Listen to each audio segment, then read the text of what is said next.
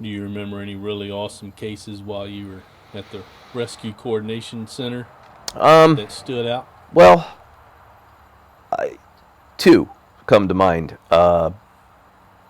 One of them was not so awesome, but it's memorable. I was on watch the night we sent a motor lifeboat out of Station Quileute River on the northwest coast of Washington to assist a sailboat that was in distress. And that motor lifeboat, the 44363, it got rolled over several times, and all but one of the people on the Coast Guard boat died.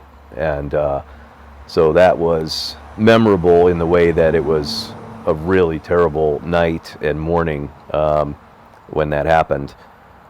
Motor lifeboat that rolled over. Those are the boats that are designed to roll? They are designed to roll over. The problem with that night was the boat rolled over, and the cage superstructure, they were in shallow water. They're not meant to hit the bottom at Right. any point. So as they got rolled over, they would not right because they were upside down and basically anchored to the bottom until they got knocked back up.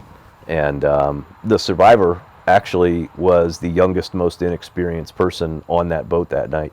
He was right out of boot camp, his probably first SAR case, and ironically, he lived in the same town. He was born and raised in the town that I lived in when I was working in the command center, which was across the water from Seattle in a little town called Bremerton.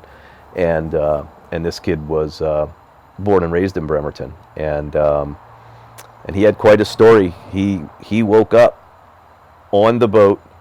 The boat was on its side on a little horseshoe-shaped island called James Island, and he said when he woke up, the boat was still running out of the water, laying on its side, No kidding. and he basically just kind of sat on a rock and tried to figure out his next move, I suppose. And he was spotted by a Coast Guard helicopter, and he was the only survivor.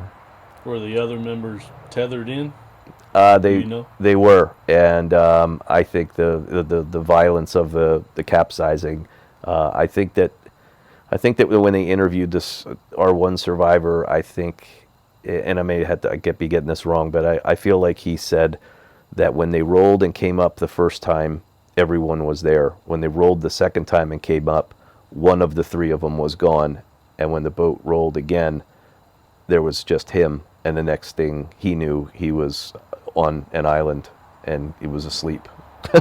So, Man, yeah, that's a hard night. that was a tough night. The second case I remember the most was a night when I received a call that said that there was a small plane crash right in Puget Sound, right at a place called Alki Beach, which is the beach people hang out on in West Seattle. I could almost see it from my window on the 35th floor.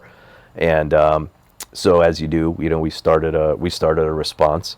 And interesting thing about this was I found this out much after the fact. We searched and searched and searched all night, and we never found the person. We did find the plane, and it was actually on the television show Dateline where I found out that this person intentionally crashed his plane to fake his death, and he was found years later in Hawaii. He got caught up in bad business deals. I think some people may or may not have lost their life in his wake. I'm trying to recall the Dateline story, and I remember feeling like that guy's got a lot of nerve being alive. That's not often you find yourself saying that in the Coast Guard, but You tried the to DB Cooper that thing, huh? yeah, the amount of effort and things that we poured into that night, and then to find out that he was a skilled enough pilot to do a controlled crash within enough of range to the beach where he was able to land the plane on the water, I suppose, step out the door, swim ashore, and never to be seen until Dateline found him years later. So those were my two most memorable nights in that job.